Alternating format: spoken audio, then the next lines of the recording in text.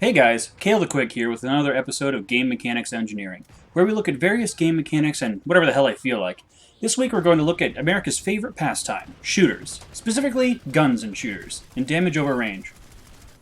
In the background there's some PlanetSide 2 gameplay, which is one of the modern games I think could benefit from a little deeper peek at this mechanic.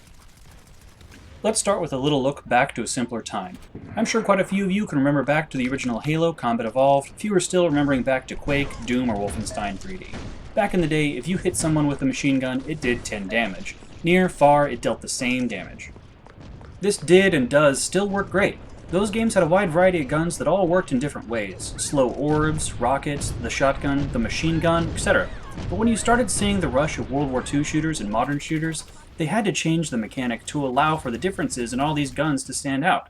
The Thompson SMG could kill in one shot to the head, just like a long-range rifle, and that didn't accurately represent the differences of those two weapons. This flat damage model resulted in some funny moments. Look back at the pistol from Halo. That thing was essentially the best gun in the game. 3 shots to the head and you're dead, at any range. Even all the way across the map. That's kind of pushing the fourth wall a little in terms of a backup weapon. After that simpler time, the relation between damage and range changed into what we use today, damage descending over range. This model is used by the big names in the industry, Call of Duty, Battlefield, and my current time sink, PlanetSide 2. This new damage model comes with a lot of benefits. Thinking again of the rifle and the SMG, you could tune it so that on close-range targets the SMG did more damage, but lost the damage quickly over range, whereas the rifle did a bit less damage close up, but keeps its long-range stopping power.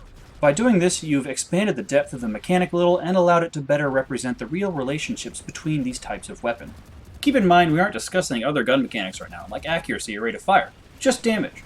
Looking at the graph, it's easy to see where either gun is better, and where they're effectively the same. There's a lot of information to be gleaned from graphics like this, but I'll get into the technical specifics in another video. So, that's it for this mechanic, right? Of course not. These are games after all, and a damage fall-off model can be easily tweaked to add in some new ideas. Let's take another look at that graph. There are 2 points on here, the near damage and the far damage, normally just called the maximum and the minimum damage, but I'm not calling them that because that implies a limitation. As far as I know, there's nothing preventing a weapon from starting out with a low damage and increasing with distance. You could probably do it without changing any game engine code. Now, I'm all about the game metaphor. What does this represent? How is that modeled in game? And I'm sure a bullet increasing in damage with range sounds a little crazy, but it's not. As anyone who's played Kerbal Space Program can tell you, this is actually how rockets already work in real life. They have their fuel, and the longer it burns, the faster they go, meaning the more damage they would do.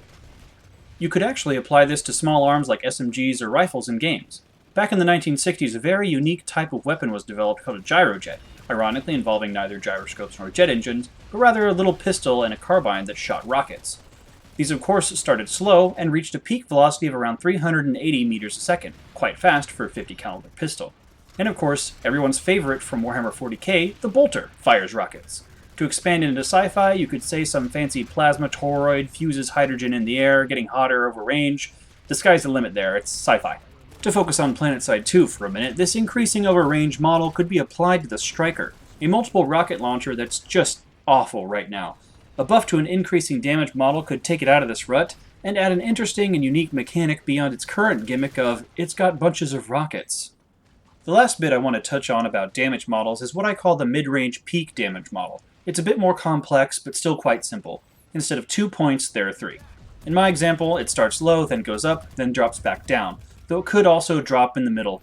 I personally like this model because it reflects my experience. Sometimes bullets, like the 50 BMG, can go so fast that they pass through you without doing a lot of damage. Well, not as much damage as you would expect from a 50 BMG. This model reflects that.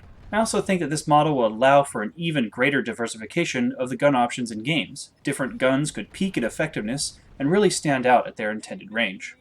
Some different damage models could really add some flavor to the shooters out there right now, letting developers add in some new and fun weapons that reward different types of skill. A special gyrojet sniper rifle could kill in one body shot at long range, but do just a little plink close up. That would be fun for the players and easy to add for the developers. That's all I have on this for now. Next time I'm going to try and break down all the common mechanics used in gunplay. Recoil, reload time, ammo capacity, rate of fire, everything. Let me know what you want to hear. Leave your comments where I can find them, and upvote this video so I can get some feedback. I'm Kale the Quick, thanks for watching, and don't die.